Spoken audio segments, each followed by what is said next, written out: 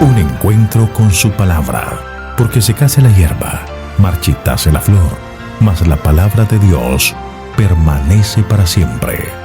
Con ustedes, el doctor José Ricardo Arias Quintero.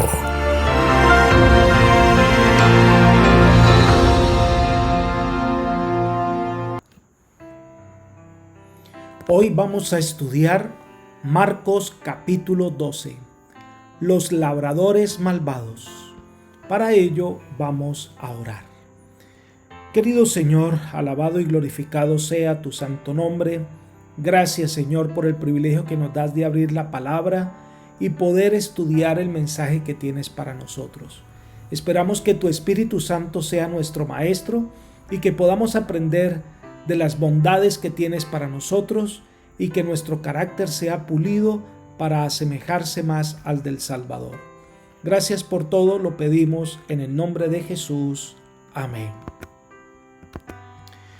En los capítulos 11 al 13 de Marcos, allí se registra la enseñanza final de Jesús, y esta se divide en dos partes: la que Jesús dio públicamente y la que dio en una comunicación privada a Pedro, Santiago, Juan y Andrés.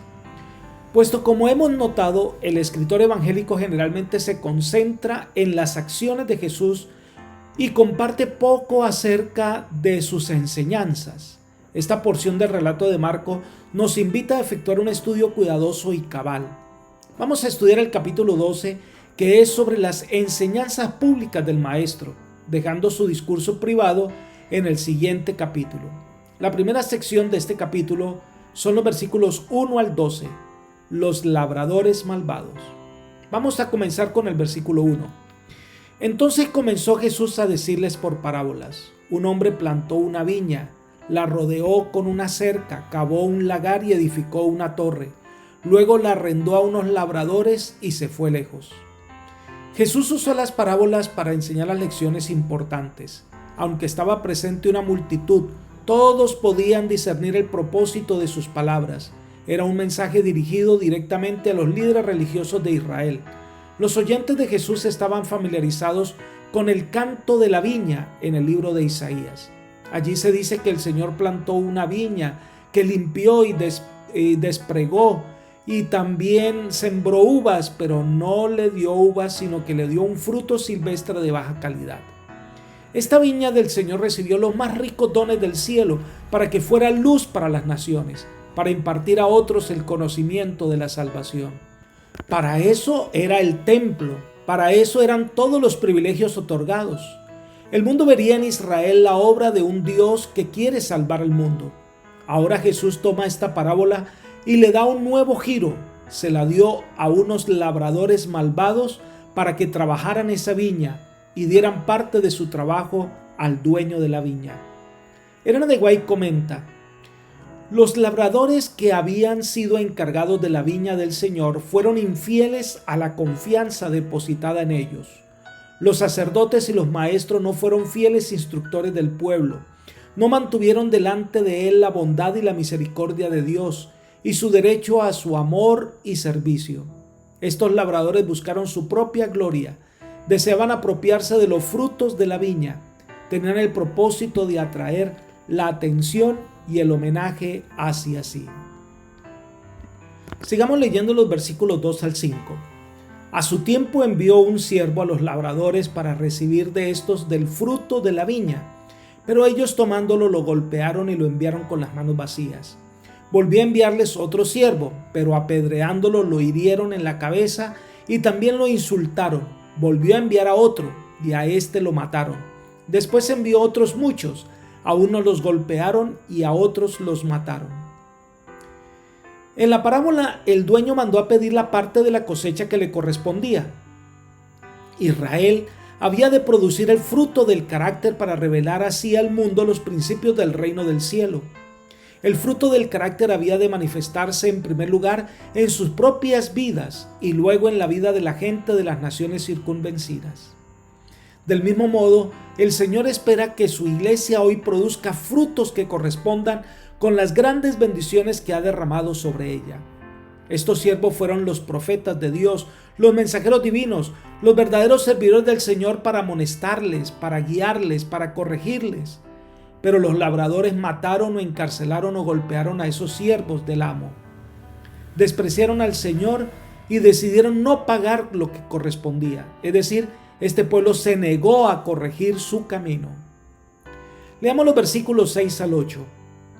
Por último, teniendo aún un hijo suyo, amado, lo envió también a ellos diciendo: tendrán respeto a mi hijo. Pero aquellos labradores dijeron entre sí: este es el heredero, venid, matémosle y la heredad será nuestra. Y tomándolo, lo mataron y lo arrojaron fuera de la viña. En varias partes de su predicación, Jesús fue declarado Hijo de Dios en el bautismo, en la transfiguración y por algunas personas que reconocían que Él era el Salvador. Nos dice entonces que Jesús se consideraba a sí mismo no como un siervo, sino como el Hijo. Intencionalmente se esperaba de la sucesión de los profetas y que eran siervos, mientras que Él era el Hijo. En Él había hablado Dios, su última y definitiva palabra. Esta parábola era un desafío intencionado a las autoridades judías porque contiene la presentación inconfundible de Jesús como el Mesías. Aún los demonios lo habían reconocido como el Hijo de Dios, pero los fariseos no lo querían reconocer. Entonces toman al Hijo y lo sacan de la ciudad y lo matan. Esta es la descripción de lo que pasará en la crucifixión de Jesús. Viene entonces el final de la historia, versículos 9 al 11. ¿Qué pues hará el Señor de la viña? Destruirá a los labradores y dará su viña a otros. Ni aún en esta escritura habéis leído: la piedra que desecharon los edificadores ha venido a ser cabeza del ángulo. El Señor ha hecho esto y es cosa maravillosa a nuestros ojos. Cuando venga el ajuste de cuentas, cuando venga el Señor a tomar cuenta de estos labradores, ¿qué hará el Señor? Si uno se desmarca de sus privilegios y responsabilidades, pues éstas pasarán a otras personas. La parábola contenía un germen lo que iba a suceder: el rechazo de los judíos y la transferencia de sus privilegios y responsabilidades a los gentiles. Entonces ellos mismos cerraron la sentencia. Israel ya no será más el pueblo escogido de Dios. Israel ya no será más la nación llamada por Dios para hacer la luz a las naciones. Ahora el Señor está llamando a otros labradores que den el fruto en el momento debido, es decir, la iglesia. Ya no es un asunto de nacionalidad, sino de aceptación. Es aquellos que dan fruto para el cielo. Entonces Jesús trae a su memoria un pasaje conocido del Antiguo Testamento. Cuando fueron a construir el templo de Salomón, fueron transportadas al lugar varias rocas que debían servir de fundamento. Pero había una que parecía deforme, no parecía adecuada y fue pasada por alto. Todo estaba listo. La construcción estaba lista, todos los elementos listos, pero no podían encontrar la piedra principal, la que iba a ser el fundamento de todo el edificio. Probaron diferentes rocas, pero ninguna encajaba. Entonces volvieron su mirada sobre la roca que habían descartado, y cuando la trajeron, tenía la forma exacta y encajó, y fue el fundamento principal. La aplicación es clara. Jesús vino a ellos como hombre, pero no vieron atractivo en él. Varias veces se había reunido los dirigentes de Israel para ver cómo podrían deshacerse de Jesús. Lo despreciaron, lo persiguieron, lo sacaron afuera y lo mataron. Pero Jesús es el fundamento de la iglesia. Sobre ella se edifica el pueblo de Dios. Los dirigentes judíos entendieron la parábola, sabían y entendían el mensaje, pero en vez de reconocer la advertencia y decidir corregir su conducta, su reacción fue el rechazo a Jesús. Versículo 12. Procuraban prenderlo porque entendían que decía contra ellos aquella parábola, pero temían a la multitud y, dejándolo, se fueron. Estos hombres entendieron que este mensaje es para ellos. Sabían que el Señor les había dado privilegios importantes para que fueran el pueblo especial de Dios. pero ellos decidieron seguir sus propios caminos. Ahora, al rechazar a Jesús, la sentencia sobre ellos era clara, pero en vez de arrepentirse, estaban dispuestos a matar a Jesús. Elena de White comenta: Cristo podría haber impedido la condenación de la nación judía si el pueblo lo hubiera recibido, pero la envidia y los celos hicieron implacables a los hijos de Israel. Determinaron no recibir a Jesús de Nazaret como el Mesías, rechazaron la luz del mundo y de allí en adelante sus vidas estuvieron rodeadas de tinieblas, como las tinieblas de medianoche. La condena predicha cayó sobre la nación judía. Sus propias pasiones feroces e indómitas produjeron su ruina. En su ira ciega se destruyeron mutuamente. Su terco orgullo rebelde trajo sobre ellos la ira de sus conquistadores romanos. Jerusalén fue destruida, el templo fue dejado en ruinas y el terreno arado como en un campo. Los hijos de Judá perecieron en las más horribles formas de muerte. Millones fueron vendidos para servir como esclavos en tierras paganas. Como pueblo, los judíos habían dejado de cumplir el propósito de Dios y la viña les fue quitada. Los privilegios de que habían abusado, la obra que habían menospreciado, fueron confiados a otros. Palabras de vida del Gran Maestro, página 238. El llamado del Señor fue rechazado, y como nación perderían el privilegio que el cielo les había otorgado. Ahora, estas bendiciones son pasadas a la iglesia del Señor. La siguiente sección del capítulo 12 de Marcos es sobre la cuestión del tributo, versículos 13 al 17. Comencemos con los versículos 13 y 14. Le enviaron algunos de los fariseos y de los herodianos para que los sorprendieran en alguna palabra. Viniendo ellos, le dijeron: Maestro, sabemos que eres hombre veraz y que no te cuidas de nadie, porque no miras las apariencias de los hombres, sino que con verdad enseñas el camino de Dios. ¿Es lícito dar tributo a César o no? ¿Daremos o no daremos? La historia hace referencia a que los romanos, cuando concretaron su dominio sobre Palestina, comenzaron a cobrar tributos. Para los judíos era una situación incómoda porque era el reconocimiento que pagaban tributo a un rey romano, y esto pues les daba a ellos varias cosas incómodas. Hasta hicieron varias revueltas que tuvieron que ser aplacadas. Esto detrás de esta historia, cuando unos hombres que son enviados por los fariseos y los herodianos quieren entrampar a Jesús con el asunto del tributo. Los herodianos formaban parte del partido político judío que apoyaba a Herodes Antipas. Los fariseos eran nacionalistas fervientes y se oponían tanto a Herodes como al César, mientras que los herodianos colaboraban con el gobierno romano. Aunque acérrimos enemigos en cuestiones políticas, estaban unidos contra Jesús, así como lo habían estado contra Juan el Bautista. En esta ocasión los herodianos serían testigos de la respuesta de Jesús y prestamente lo acusarían si mostraba la más mínima insinuación de deslealtad al gobierno. Es interesante también que no vienen los fariseos sino sus discípulos, quizás con la intención que Jesús no los reconociera y que viera solo jóvenes inquietos por conocer la verdad. Estos vinieron con halagos y esperaron que el Señor no se diera cuenta de sus intenciones. Sigamos con los versículos 15 al 17. Pero él, percibiendo la hipocresía de ellos, les dijo: ¿Por qué me tentáis? Traedme un denario para que lo vea. Ellos se lo trajeron y él entonces preguntó: ¿de quién es esta imagen y la inscripción? Ellos le dijeron: de César. Respondiendo Jesús les dijo: Dad a César lo que es de César y a Dios lo que es de Dios. Y se maravillaron de él. Esos espías deseaban que Jesús se pusiera completamente de un lado o del otro. Si aprobaba el pago de tributos a Roma, lo presentarían como una evidencia de que estaba en contra de la ley de Dios, la cual, según los fariseos, prohibía el pago de impuestos a un poder extranjero. Así perdería la aceptación popular como Mesías.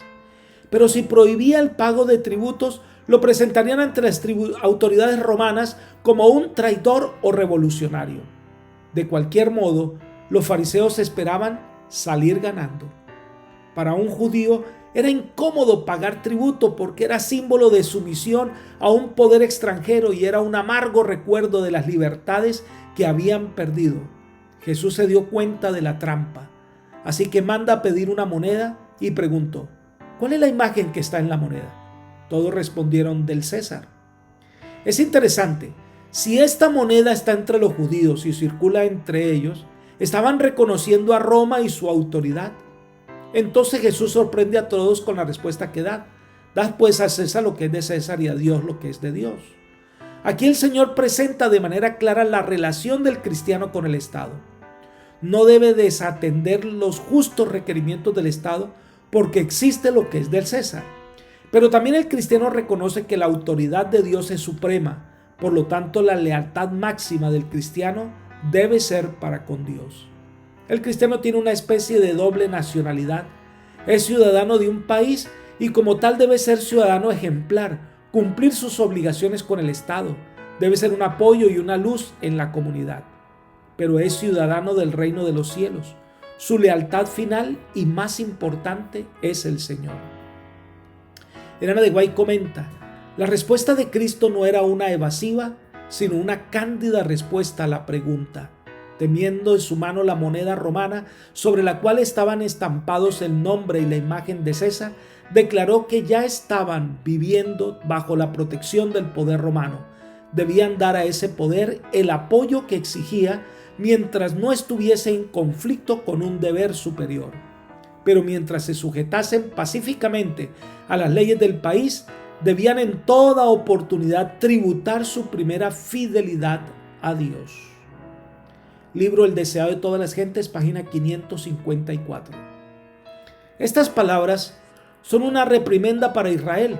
Si hubieran dado a Dios el primer lugar, nunca hubiesen estado bajo el dominio de ningún otro reino. Esta parte termina con una admiración ante la sabiduría de Jesús. Se vieron obligados a admitir que a pesar de sus planes tan cuidadosamente trazados, no podían contender con Jesús. Pero las cuestiones con los dirigentes de Israel no va a cesar. Estas discusiones vienen y seguirán con un nuevo tema ahora controversial, el tema de la resurrección. Versículos 18 al 27. Vamos a leer el versículo 18. Entonces vinieron a él los saduceos, los que creen que no hay resurrección, y le preguntaron. Esta es la única vez que aparecen los saduceos en el Evangelio de Marcos y su intervención les es totalmente característica. Los saduceos no eran una denominación mayoritaria en el judaísmo, eran aristócratas y ricos. Agrupaban a la mayor parte de los sacerdotes. Solía ser un saduceo el que ocupaba el puesto de sumo sacerdote. Fue de entre ellos de donde salían los que estaban dispuestos a colaborar con los romanos en el gobierno del país. Eran muy diferentes de los fariseos en varios aspectos. Primero, aceptaban solo las Sagradas Escrituras y concedían una importancia suprema al Pentateuco, los 5 primeros libros del Antiguo Testamento. No aceptaban el conjunto de la ley oral y de la tradición, las reglas y normas que les eran tan queridas a los fariseos. No reconocían más autoridad que la ley de Moisés. Segundo, no creían en la inmortalidad, ni en espíritus ni en ángeles. Decían que en los primeros libros de la Biblia no había ninguna evidencia de la inmortalidad y por lo tanto no la aceptaban. La filosofía de los saduceos era materialista y escéptica. Creían en Dios como creador, pero negaban que en forma alguna se interesara en los asuntos humanos. Negaban la existencia de los ángeles, la resurrección y la obra del Espíritu Santo en la vida de los seres humanos. Los saduceos se consideraban intelectualmente superiores a sus prójimos y se burlaban del estricto legalismo y de las tradiciones que tanto importaban a los fariseos. En los versículos 19 al 23, estos hombres que su único propósito era ridiculizar la creencia de la resurrección, usan el concepto de las leyes del Antiguo Testamento. Los saduceos citaron en esencia la ley del levirato.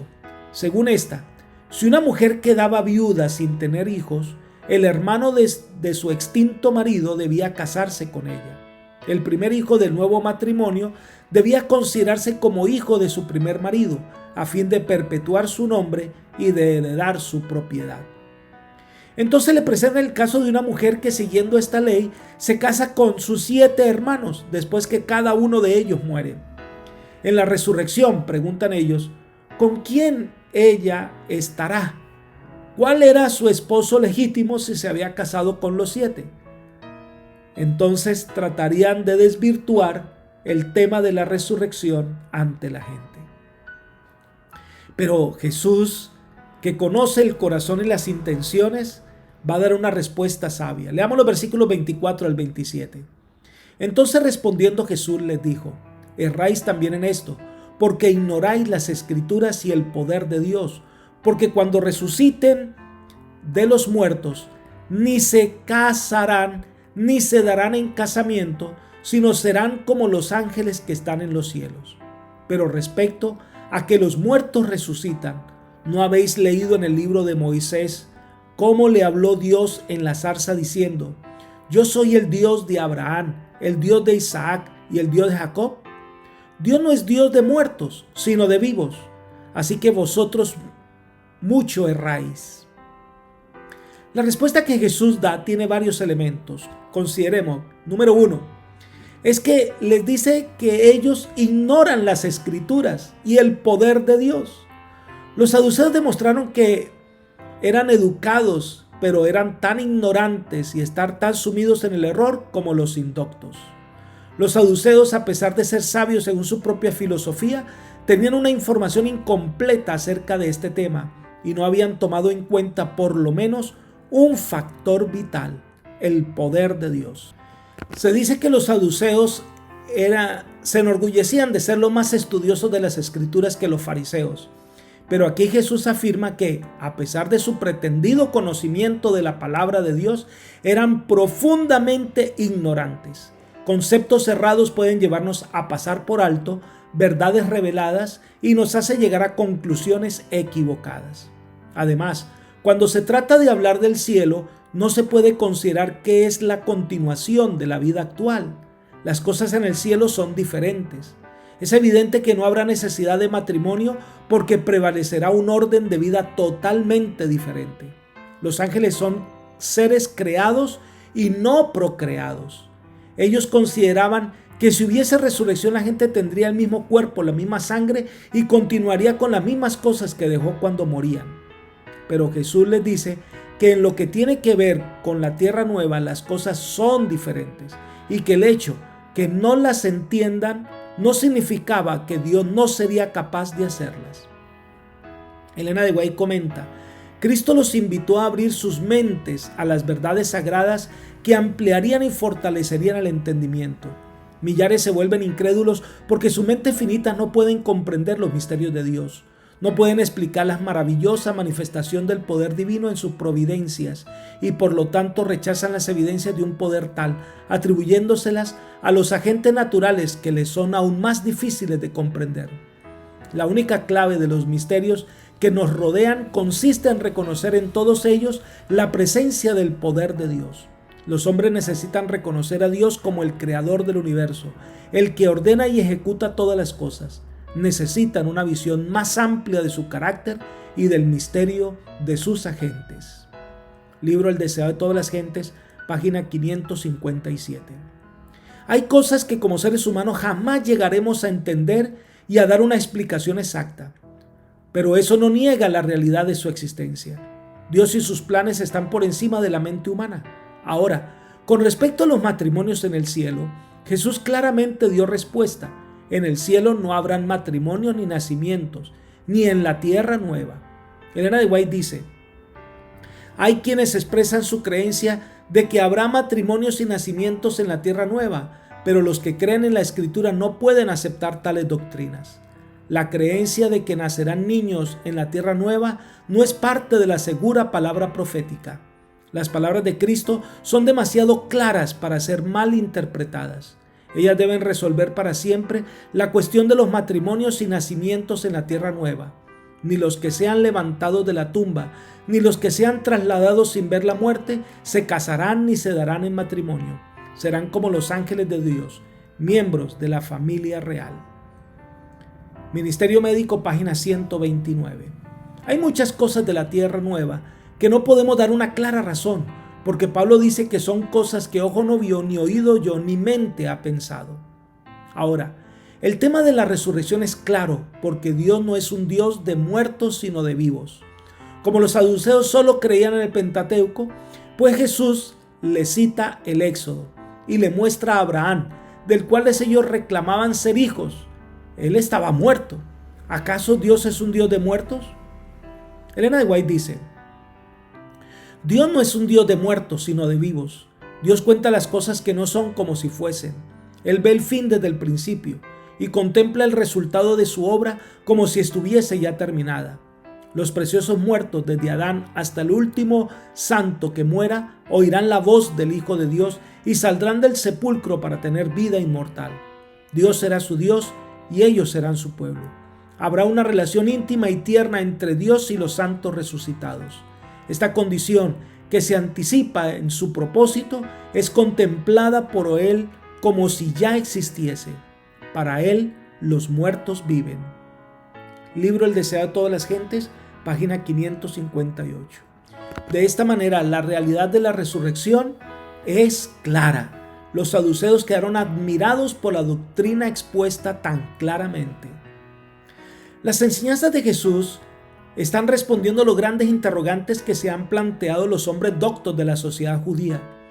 Pero ahora viene el interrogante sobre cuál es el gran mandamiento de la ley. Versículos 28 al 34. Leamos el versículo 28. Acercándose uno de los escribas, que los había oído discutir y sabía que les había respondido bien, le preguntó: ¿cuál es el primer mandamiento de todos? El escriba había observado lo que había ocurrido y cómo Jesús había respondido a aquellos que trataban de entramparlo. Este hombre, aunque era sincero en su disposición de tener un corazón recto, fue bastante justo para reconocer que Jesús había respondido bien. Los fariseos consideraban que los primeros 4 mandamientos de la ley eran más importantes que los otros 6, pero su religión fallaba en lo que tenía que ver con asuntos prácticos, en lo que tiene que ver con el trato con el prójimo. Elena de White comenta: los fariseos habían exaltado los 4 primeros mandamientos que señalaban el deber del hombre para con su hacedor como si fuesen de mucho mayor consecuencia que los otros 6, que definen los deberes del hombre para con sus semejantes. Como resultado, le faltaba piedad práctica. Jesús había demostrado a la gente su gran deficiencia y había enseñado la necesidad de las buenas obras, declarando que se reconoce el árbol por sus frutos. Por esta razón, le habían acusado de exaltar los últimos 6 mandamientos más que los primeros 4. Mismo libro, página 558. A eso se debe la pregunta que hace este escriba. Aunque esta pregunta tenía que ver con principios fundamentales, es probable que se hubiera formulado con el afán rabínico de poner todos los mandamientos de la ley en orden de importancia.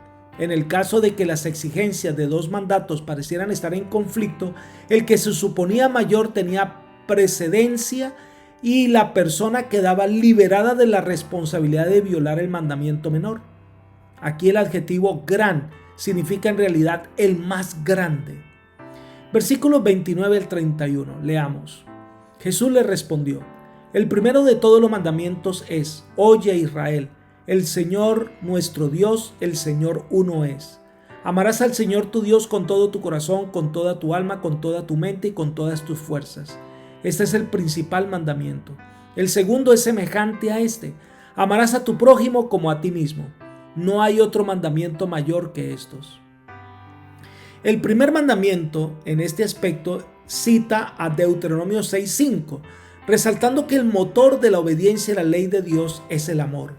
La obediencia a Dios que no nace del amor es tan imposible como inútil.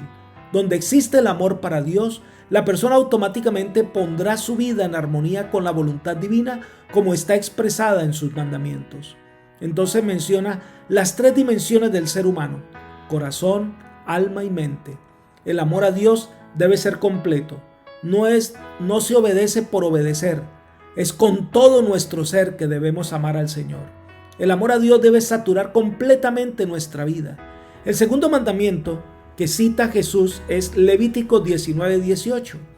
La semejanza radica en que los dos mandamientos se basan en el gran principio del amor y que los dos demandan la atención concertada y la cooperación de todas las partes del ser.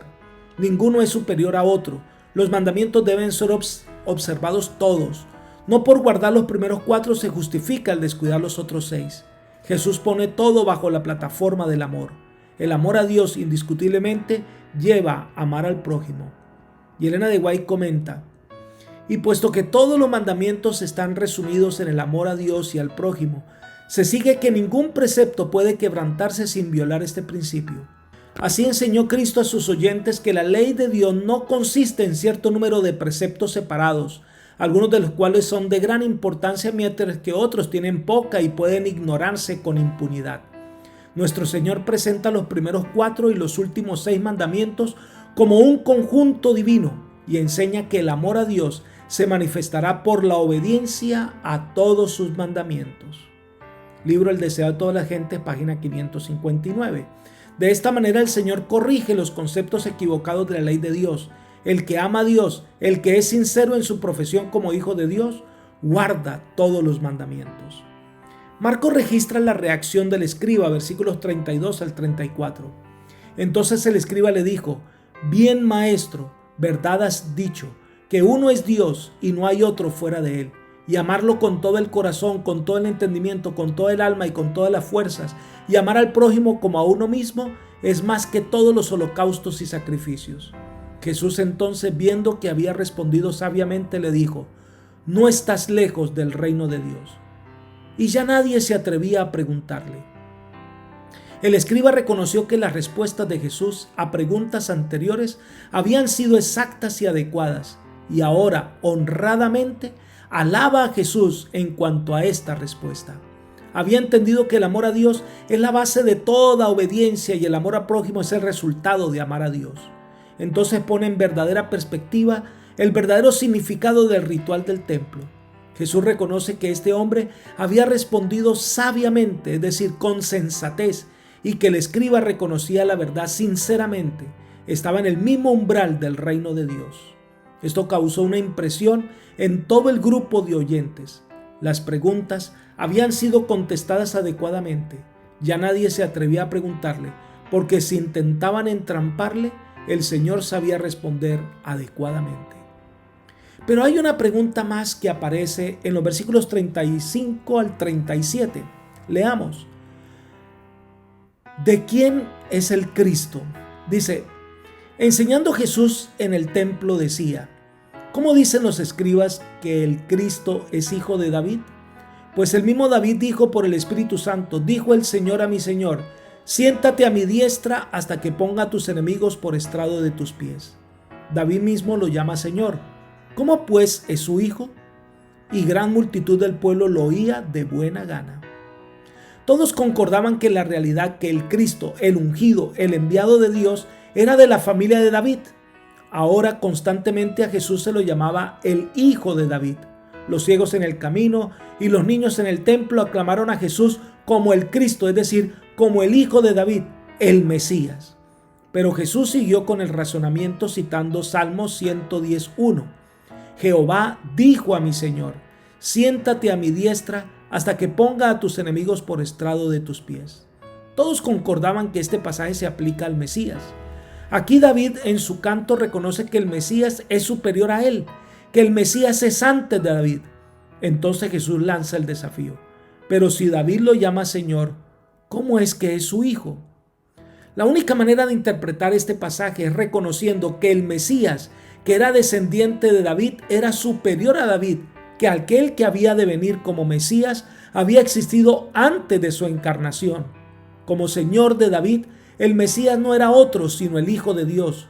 Como el Hijo de David, el Mesías era el Hijo del hombre. Evidentemente, los dirigentes judíos no estaban preparados para responder a esta pregunta por causa de sus conceptos erróneos acerca del Mesías. Ellos no podían contestar legítimamente la pregunta sin admitir que Jesús de Nazaret era el Mesías, el Hijo de Dios. Por lo tanto, al formular esta pregunta, Jesús puso a los fariseos y escribas frente a frente con la esencia medular de su misión en la tierra. Si le hubiesen dado una respuesta sincera e inteligente, sin duda hubieran sido inducidos a reconocer el mesianismo de Jesús. Lo que estaba tratando de mostrar a los fariseos es que el Mesías es superior al hombre, es Dios con nosotros. Y si Jesús es el Hijo de David, están ante la presencia de ese Dios encarnado que vino a consumar el plan de la salvación. Estas palabras debió llevar a todos los oyentes a una profunda reflexión. Entonces Jesús ahora acusa a los fariseos, versículos 38 al 40. Les decía en su enseñanza, guardados de los escribas, que gustan de andar con largas ropas y aman las salutaciones en las plazas, las primeras sillas en las sinagogas y los primeros asientos en las cenas, que devoran las casas de las viudas y para disimularlo hacen largas oraciones. Estos recibirán mayor condenación. Marcos da un solo breve resumen de lo que fue un largo discurso sobre la hipocresía de los escribas y fariseos. Mateo registra este mismo asunto en su discurso, pero es mucho más largo. El Señor comienza hablando de las largas ropas, ya que éstas le llegaban hasta los pies y formaban parte de las vestiduras que generalmente usaban los doctores de la ley como un distintivo de su profesión. Usaban diferentes cosas para llamar la atención. Les encantaban los saludos en el mercado, les encantaba que los saludaran con respeto y admiración. Les encantaban los asientos delanteros de las sinagogas, en los lugares donde no pasarían inadvertidos. Les gustaban los lugares honorables en las fiestas, pero devoraban las casas de las viudas. Ellos habían convencido a la gente que ellos eran especialmente apreciados por Dios y de esta manera engatusaban a las mujeres viudas para que les dieran sus recursos, pero claro, de una manera que no se viera como una paga, sino como el privilegio de sostener a un rabino, y eso les granjeaba un puesto honorífico en el cielo. Les gustaba las largas oraciones y eran recitadas para que todos las oyeran, para mostrar cuán piadosos eran. Estos hombres decían adorar a Dios, pero no cumplían realmente las ordenanzas divinas. Elena de White dice: los escribas y los fariseos aseveraban estar investidos de autoridad divina similar a la de Moisés. Aseveraban reemplazarle como expositores de la ley y jueces del pueblo. Como tales, exigían del pueblo absoluto respeto y obediencia. Jesús invitó a sus oyentes a hacer lo que los rabinos les enseñaban según la ley, pero no a seguir su ejemplo. Ellos mismos no practicaban sus propias enseñanzas. Deseado de toda la gente, página 563. El Señor les advierte que no seamos como ellos, es decir, advierte contra el deseo de prominencia. Muchos andaban buscando reconocimiento en la iglesia y anhelaban ciertas posiciones como un privilegio merecido y no como una responsabilidad de servicio. Tengamos cuidado de no caer en esa trampa. Además, advierte contra el deseo de deferencia. Muchos anhelan el reconocimiento y que se los trate con respeto. Para el cristiano sirve no para granjearse la admiración de otros. Es más, él pasa inadvertido porque lo que interesa al prestar su servicio es que la gente conozca a Cristo. Y finalmente, advierte contra el peligro de convertir la religión en un negocio. Muchos están en la iglesia para ver qué pueden sacar de ella y no qué pueden aportar. El Señor desea que sus discípulos tengan una vida cristiana feliz, pero ante todo, que el servicio que presten sea de corazón. Y llegamos al final del capítulo 12 de Marcos con los versículos 41 al 44, con la narración de la ofrenda de la viuda. Leamos. Estando Jesús sentado delante del arca de la ofrenda, miraba cómo el pueblo echaba dinero en el arca, y muchos ricos echaban mucho. Y vino una viuda pobre y echó 2 blancas, o sea, un cuadrante. Entonces, llamando a sus discípulos, les dijo: de cierto os digo, que esta viuda pobre echó más que todos los que han echado en el arca, porque todos han echado de los que les sobra, pero esta, de su pobreza, echó todo lo que tenía, todo su sustento. Jesús acababa de salir victorioso de un largo acerbo y conflicto con los dirigentes de la nación, y estaba por dejar el templo sagrado para siempre. Jesús se ubica en algún lugar enfrente de lo que se reconoce como la entrada al atrio de las mujeres, donde se encontraban las arcas de las ofrendas. Entonces se mira a que los hombres ricos llegaban allí y depositaban sus grandes ofrendas y eran reconocidos por todos los presentes como grandes contribuyentes. Entonces silenciosamente se acerca una mujer que era viuda, que tenía que trabajar todos los días para poder sobrevivir, y ella deposita tímidamente su pequeña ofrenda, equivalente a una muy pequeña cantidad, mucho menos de lo que gana un obrero diario. Pero Jesús, que ve todo de otra manera, reconoce que esta mujer dio más que todos, porque ella había dado su ofrenda con alegría y era todo lo que tenía para vivir. Mientras que todos los demás daban de lo que les sobraba, ella dio todo lo que tenía. El valor es mucho mayor. Y esto nos da lecciones importantes. En primer lugar, no importa la cantidad que se da, sino la generosidad con que se da. Esta mujer hizo una ofrenda de sacrificio, dio todo lo que tenía, lo dio desde el fondo de su corazón, y ese es el valor más importante. Elena de White comenta: el Salvador llamó así a sus discípulos y les pidió que notasen la pobreza de la viuda. Entonces sus palabras de elogio cayeron en los oídos de ella. De verdad os digo que esta pobre viuda echó más que todos. Lágrimas de gozo llenaron sus ojos al sentir que su acto era comprendido y apreciado. Muchos le habrían aconsejado que guardase su pitanza para su propio uso, puesto en las manos de los bien alimentados sacerdotes se perdería de vista entre los muchos y costosos donativos traídos a la tesorería. Pero Jesús comprendía el motivo de ella. Ella creía que el servicio del templo era ordenado por Dios y anhelaba hacer cuanto pudiese para sostenerlo.